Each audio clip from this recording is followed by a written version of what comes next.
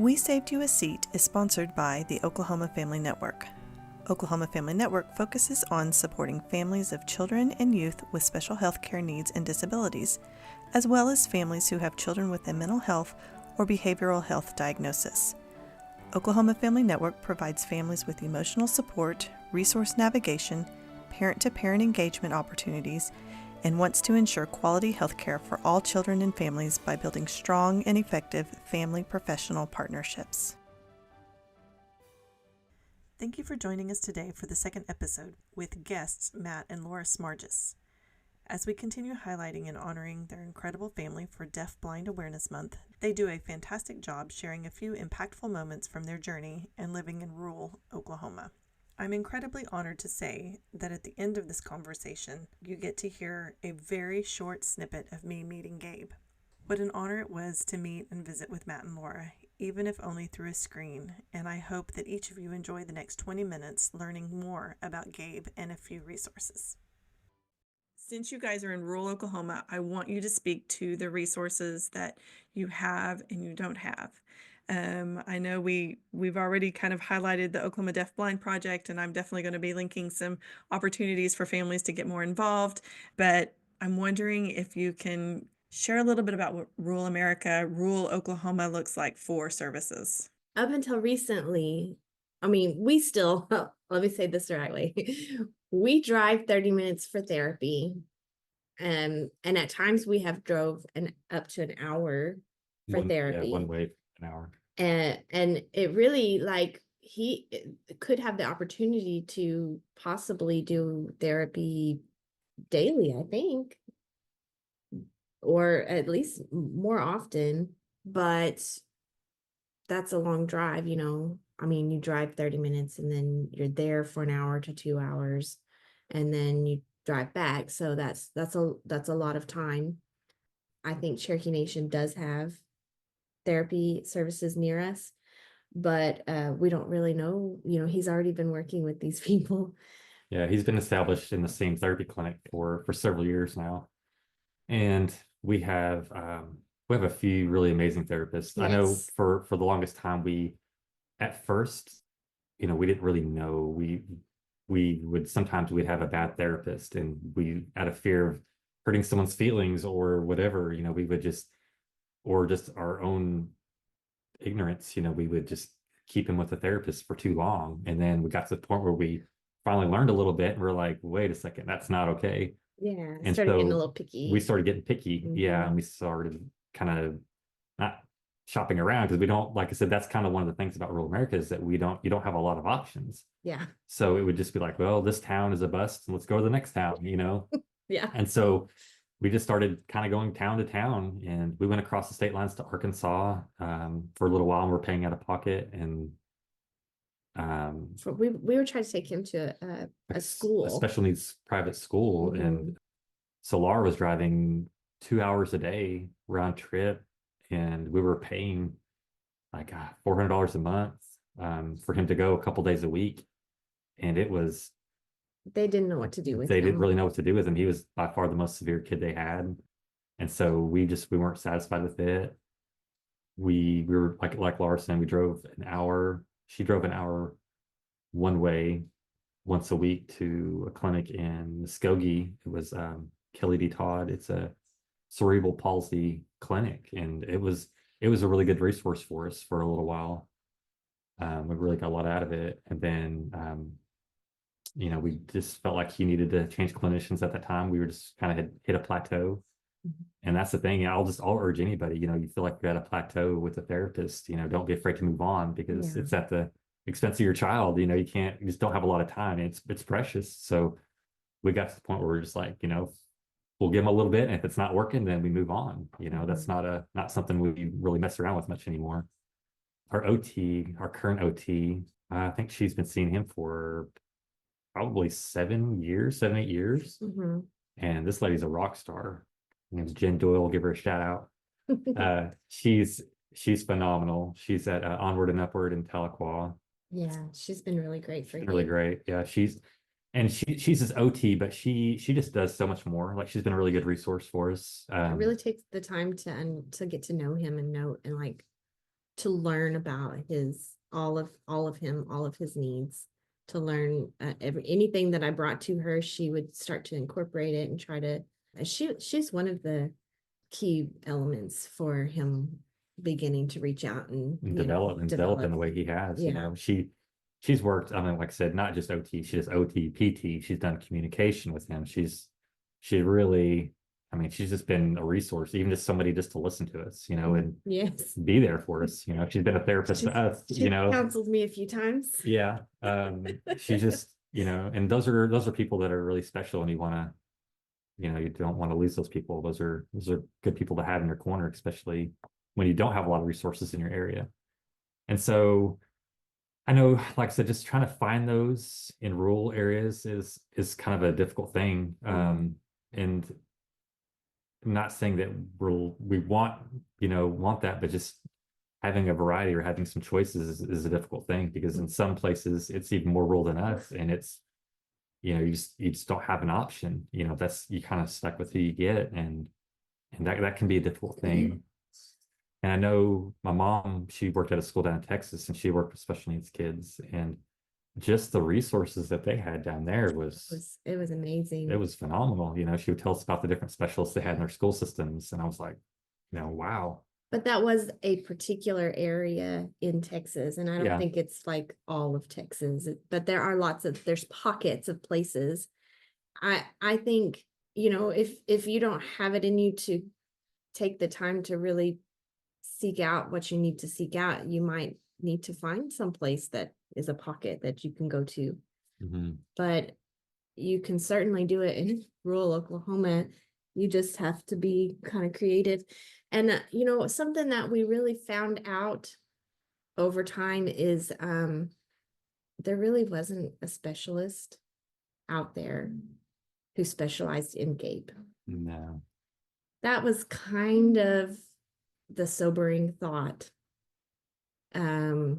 We always thought we'd run into somebody who could crack the code with him, or knew what to do with him. Yeah. And it never came. Yeah. That was sobering. And it was always us going to the specialists and explaining GABE. And sometimes they would be open and be like, okay, so tell me about GABE, and I want to listen to you, and we're going to work together. I'll tell you my part, you tell me all these other parts, and we're going to figure this out. And then sometimes we would literally have a specialist come in and talk to us for 30 seconds and say, this is what it is. See ya.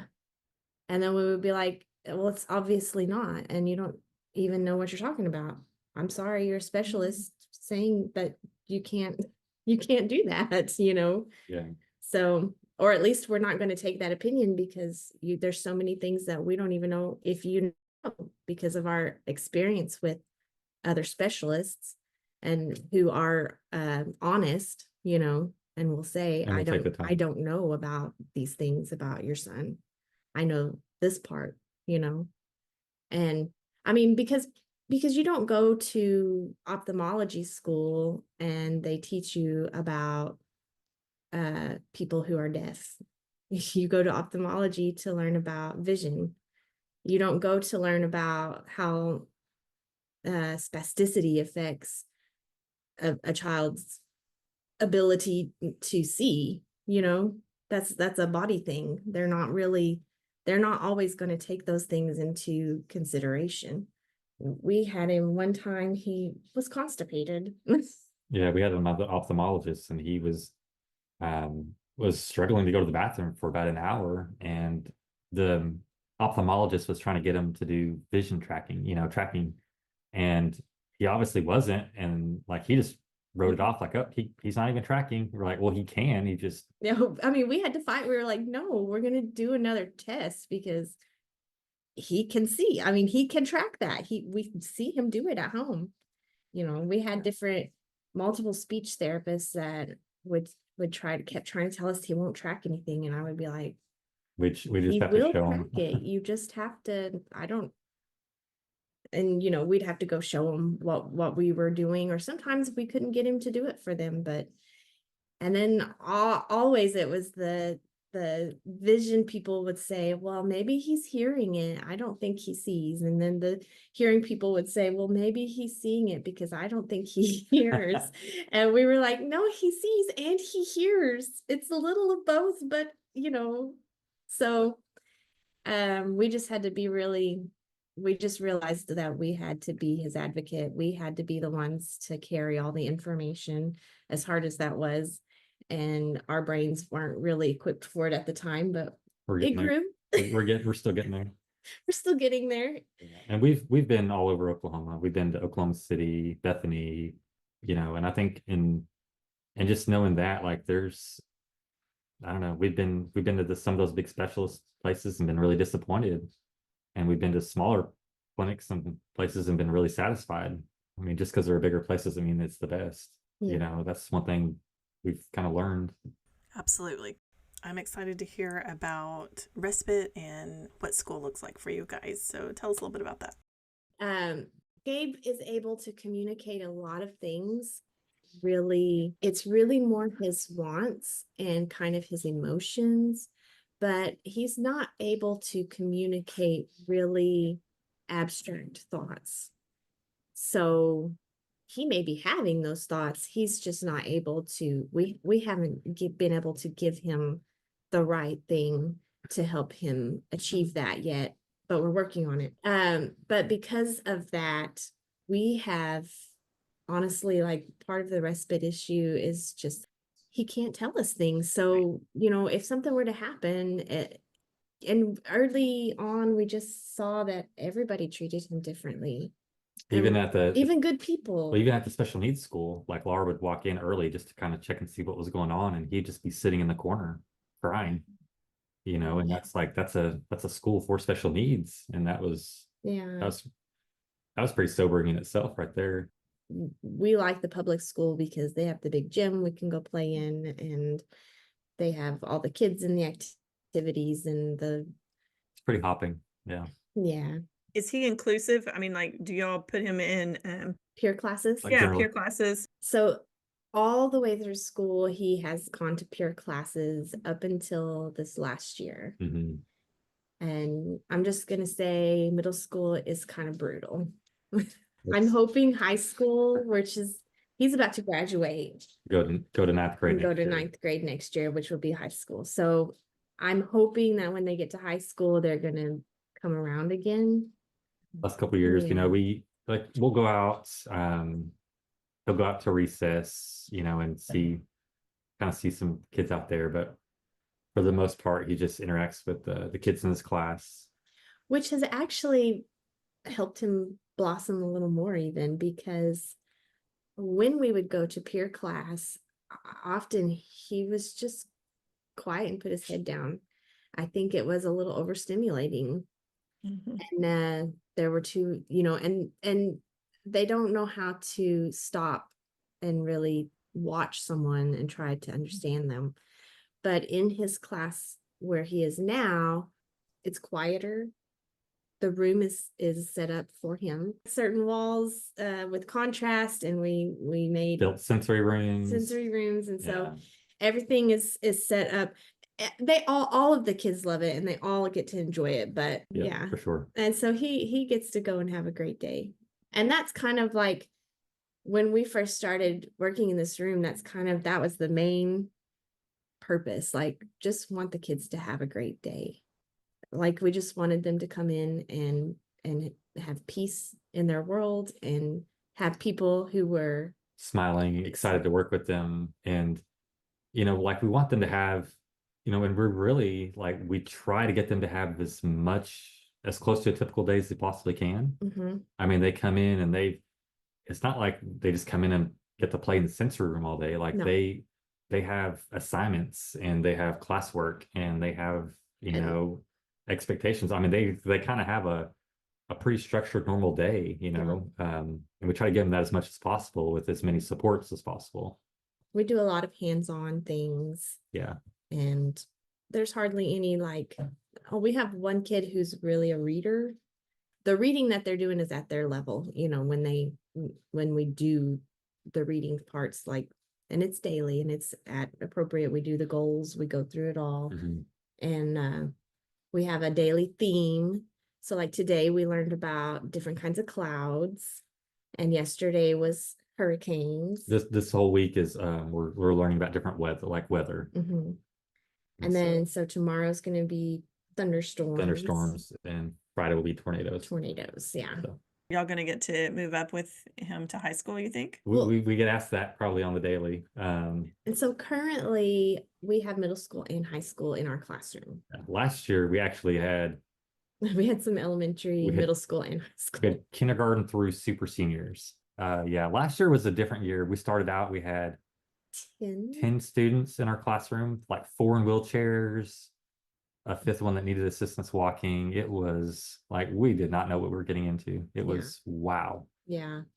The whole dynamic changed this year. We have 6 students, and they range from, we have cerebral palsy, Down syndrome, we have severe autism, nonverbal autism. We've got a little bit of everything. And then different kinds of health issues that we're always watching out for, and all kinds of allergies, food allergies, seizures, so many different It's a lot kids with seizures. And so kind of go back to your first question. We're not 100% sure what next year looks like.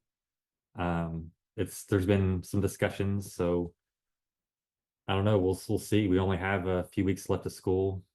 I don't really know. I know we'll be with Gabe one way or another. So yeah, I don't know. I love that. We'll see. I cannot thank you enough for being a part of this conversation. I really hope you will allow me to come back and maybe dig a little deeper into some of these, like we just got surface level pieces of today. And so you've had 17 years of parenting experience, and I know that we can definitely talk about working with children with special needs and having a child with high medical needs. And so, and I mean, I need to hear how you're going to spend your summers. Yeah, we're actually going to Shriners in Shreveport, Louisiana, like right after school's out. He has, which I guess we didn't touch on, he has neuromuscular scoliosis. And that's been affecting him. Last year, they wanted to do surgery, but we actually went to Canada last summer for a kind of a new treatment. That's a whole different story there. And so we're trying to avoid surgery at all costs. And that's kind of where we're at. And we're going to go to Shriners to get a second opinion and kind of see what they have to say. So I can actually grab Gabe real quick if you want to say hi. Yes, I would love to. I would absolutely love to. Well, hello, Gabe. Turn around, say hi. You are so handsome, my friend. It's been a while since we talked on the computer, huh? Say hi. So what are you listening to? Are you listening to some music? He is all about the music. All about the music. Yeah. Okay. So what's his favorite, Gabe? What's your favorite on there? He's got a pretty big range of music likes. He likes some Stevie Wonder, yeah.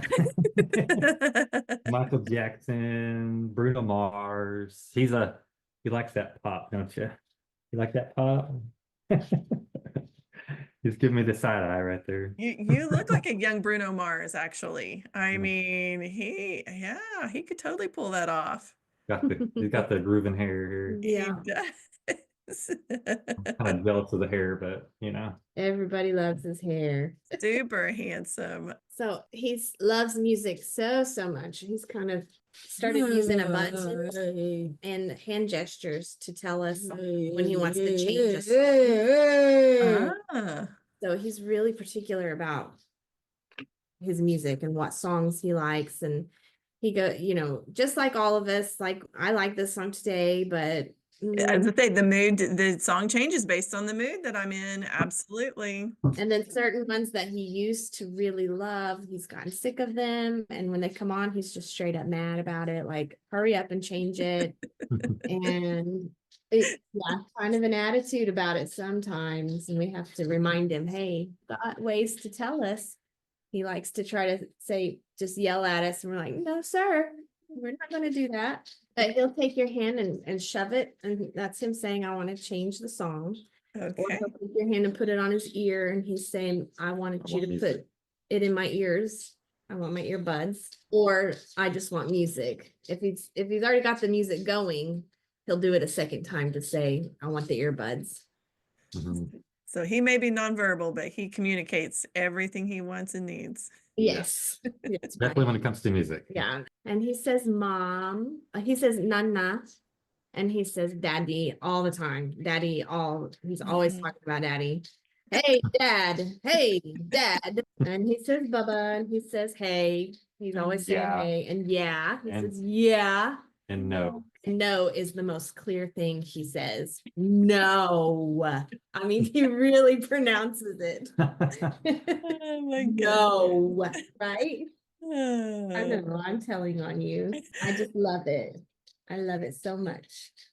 Well, Gabe, I think you probably have a whole lot of new fans out there after this. I know I am one of them. So, well, thank you both so very much for sharing Gabe with us, and I mean, obviously Israel too. Honestly, I hope that we'll be able to come back and talk more, hear more about Shriners and your visits there. And I don't know if that's something you guys are willing to share and kind of those experiences, because I think y'all have wonderful voice. I mean, y'all just really know how to advocate and say, okay, you know what? This didn't work for us and we're going to try something different. And we want to make sure other families feel that it's okay to try something different. Absolutely. But thank y'all so much. Nice to meet Absolutely. you. It was nice to meet you. And I want y'all to continue using the voice. Yeah, bloom where you're planted. Thank you for listening to this episode of We Saved You a Seat. Oklahoma Family Network promotes family-centered care and provides tools so families can make informed decisions, advocate for improved services, build connections among families, and serve as a trusted resource in health care of children and young adults.